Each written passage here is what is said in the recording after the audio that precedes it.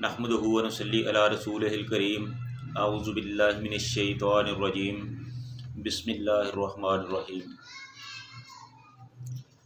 वला यअतली उलुल फ़ज़्लि मिनकुम वस्सअति अन युअतू उलिल क़ुरबा वल मसाकीन वल मुहाजिरीन फ़ी सबीलिल्लाहि वलियअफ़ू वलियस्फ़हू अला तुहिब्बूना अन यग़फ़िरल्लाहु लकुम वल्लाहु गफ़ूरुर रहीम।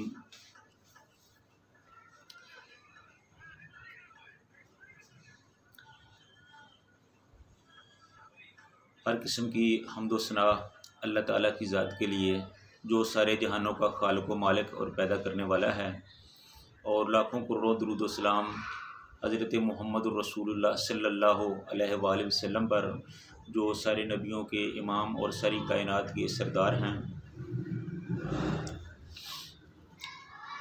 इस आयत के नाज़िल होने का पस मंज़र कुछ इस तरह है कि जब इफ़्क के मामला में कुछ लोग इसमें मुलव्वस पाए गए, ख़ुसूसन मिस्ता बिन असासा जो हज़रत अबू बकर सिद्दीक़ रज़ी अल्लाह ताला अन्हु के चचाज़ाद भाई थे, और हज़रत अबू बकर सिद्दीक़ रज़ी अल्लाह ताला अन्हु उनके घर का ख़र्चा वगैरह भी उठाते थे और उन पर काफ़ी ख़र्चा भी करते थे। तो जब वो इस मामले में पाए गए, वो मुनाफ़िकीन के प्रोपगंडे का शिकार हुए, और उन्होंने भी वही बातें कही जो मुनाफ़िकीन कह रहे थे।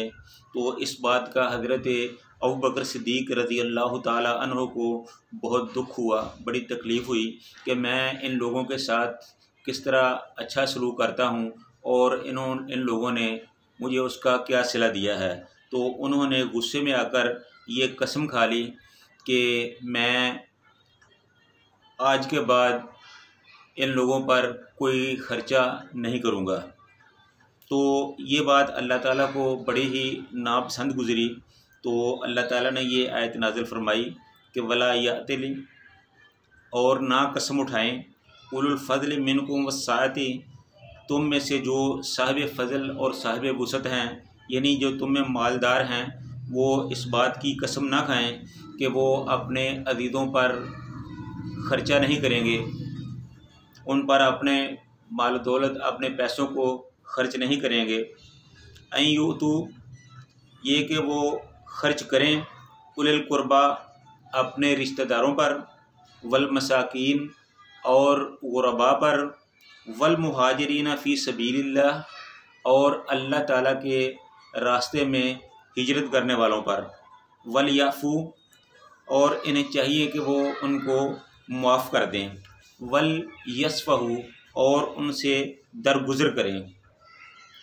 अला तुहिब्बूना, अल्लाह ताला ने फरमाया कि अला तुहिब्बूना, क्या तुम पसंद नहीं करते कि अन यग़फ़िरल्लाहु लकुम, कि अल्लाह ताला तुमको भी बख्श दे, तुमको भी माफ़ कर दे। वल्लाहु गफ़ूरुर रहीम, और अल्लाह ताला बहुत ज़्यादा बख्शने वाले और बहुत ज़्यादा रहम करने वाले हैं। इन्हीं रसूल अपना इन्हीं हज़रत अबू बकर सिद्दीक़ रज़ी अल्लाह ताला अन्हु ने ये कसम उठा ली कि आइंदा मैं मिस्ता पर कोई ख़र्चा नहीं करूँगा, उनके घर का जो ख़र्चा था वो मैं बंद कर दूँगा, और इन्हें आइंदा कोई सहूलत नहीं दूँगा। तो जब उन्होंने ये कसम उठाई तो अल्लाह ताला को ये बात कतई पसंद ना आई। तो उन्होंने ये आयत नाज़िल कर दी कि जो तुम में साहिब फ़ज़ल हैं, यानी पैसे वाले हैं, दौलत वाले हैं, मालदार हैं, उन्हें चाहिए कि वो ऐसी कसम ना उठाएं, बल्कि वो जो उनको दिया गया है उनमें से अपने करीबी रिश्तेदारों पर ख़र्च करें, और गरीब और मसाकीन पर भी ख़र्च करें, और उन लोगों पर भी ख़र्च करें जिन्होंने अल्लाह के रास्ते में जिहाद किया है। आगे बड़े पते की बात कही कि इन्हें चाहिए कि वल याफ़ू, कि अगर उन लोगों को आपको उन लोगों से कोई तकलीफ़ पहुंची है, कोई तकलीफ़ दे बात आपने उनसे सुनी है, तो आपको चाहिए कि आप उनको माफ़ कर दें। वल यस्फ़हू, और उनकी गलतियों से दरगुज़र करें। तो इसके बाद अल्लाह ताला ने फरमाया कि अला तुहिब्बूना, कि ए मेरे मोमिन बंदो, क्या तुम इस बात को पसंद नहीं करते कि अन यगफिरल्लाहु लकुम, कि अल्लाह ताला तुम्हें भी बख्श दे और तुम्हें माफ़ कर दे। क्योंकि जिस तरह उन लोगों से ये गलती हुई है, इस तरह आपसे भी ज़िंदगी में कई गलतियां हो जाती हैं। तो आप चाहते हो कि आपकी इन गलतियों को अल्लाह ताला माफ़ कर दे, आपको अल्लाह ताला बख्श ले। तो अगर आप ये चाहते हो कि आपको अल्लाह ताला बख्श ले, आपकी गलतियों को माफ़ कर दे, तो आपको भी चाहिए कि इन लोगों से जिनसे ये गलती हुई, जिन्होंने इफ़्क के मामले में हिस्सा लिया, तो आपको भी चाहिए कि आप उनको माफ़ कर दें, उनसे दरगुज़र करें और उन पर ख़र्चा करें। वल्लाहु गफ़ूरुर रहीम, और अल्लाह ताला बहुत ज़्यादा बख्शने वाले और मेहरबान हैं। कहते हैं कि जब ये आयत नाज़िल हुई तो हज़रत अबू बकर सिद्दीक़ रज़ी अल्लाह ताला अन्हु ने ये आयत सुनी, तो उन्होंने फ़ौरी तौर पर अपने मौक़िफ़ से रुजू कर लिया और उन्होंने कहा कि क्यों नहीं, हम ज़रूर चाहते हैं कि हमारा अल्लाह हमसे राज़ी हो जाए, हमको बख्श दे, हमको मुआफ़ कर दे।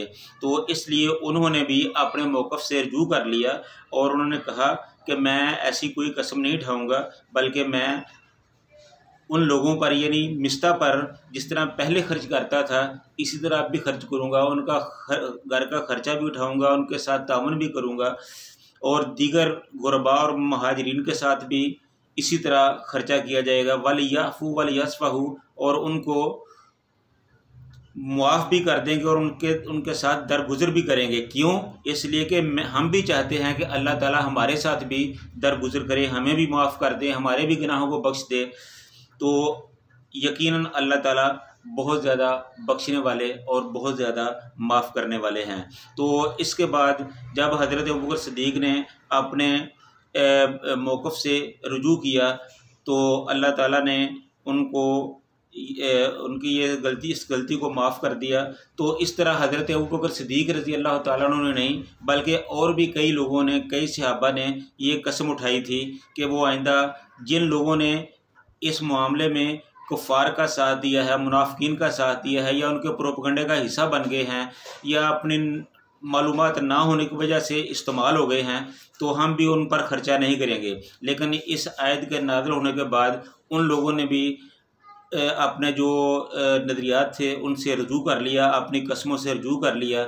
अब यहाँ ये है कि जब हज़रत अबू बकर सिद्दीक़ और दूसरे लोगों ने कसम उठाई थी, तो क्या इस कसम के बाद उसका कफ़ारा ज़रूरी है? तो बाज़ लोग तो कहते हैं कि उनका मौक़िफ़ का रुजू कर लेना ही उनका कफ़ारा है, ये ज़रूरी नहीं है। और बाज़ लोग कहते हैं कि कसम का कफ़ारा अदा करना ज़रूरी है। तो बहरहाल यही काफ़ी है कि उन्होंने अपने मौक़िफ़ से रुजू कर लिया। तो अल्लाह ताला से दुआ है कि अल्लाह ताला हम सब को